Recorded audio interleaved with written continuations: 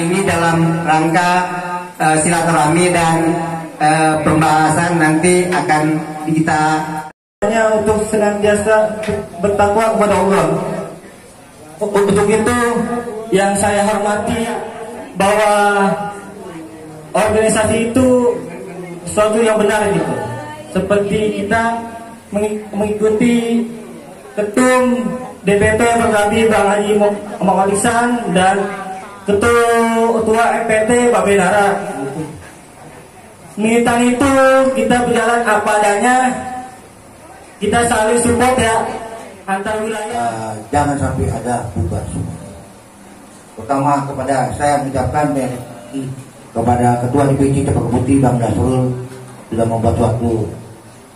Wa ta'ala, para ketua yang kami hormati, para penasehat dan militan semua, sebenarnya kami nggak bisa menasehati karena motor dari Forkabi udah ihdinas siratal mustaqim, sudah lurus.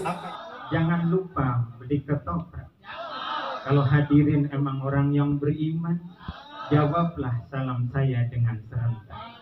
Assalamualaikum warahmatullahi wabarakatuh. Makan serabi sambil karaoke, Forkabi emang oke. Bapak-bapak, ibu-ibu hadirin yang insya Allah dimuliakan Allah Subhanahu wa Ta'ala, para ketua yang kami hormati.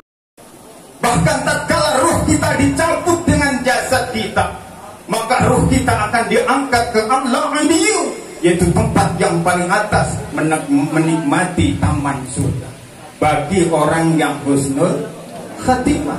Tapi bagaimana yang cuman puasnya menjaga lapar dan dahaga, tidak menjaga lisannya, tidak menjaga matanya untuk bermaksiat kepada Allah? Mereka akan digolongkan menjadi orang-orang yang su'ul khatimah.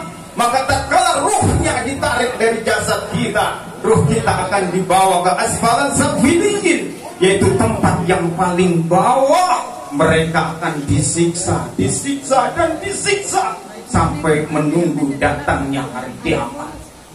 Kalau kita bertobat kepada Allah, maka Allah akan mengampuni. Bismillahirrahmanirrahim.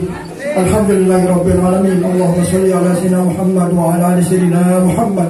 Allah bihaqqi suratul Fatihah wa bihaqqil Fatihah wa bisirril Fatihah wa bika alladziina an'amta 'alaihim ghairil maghdubi 'alaihim waladdallin.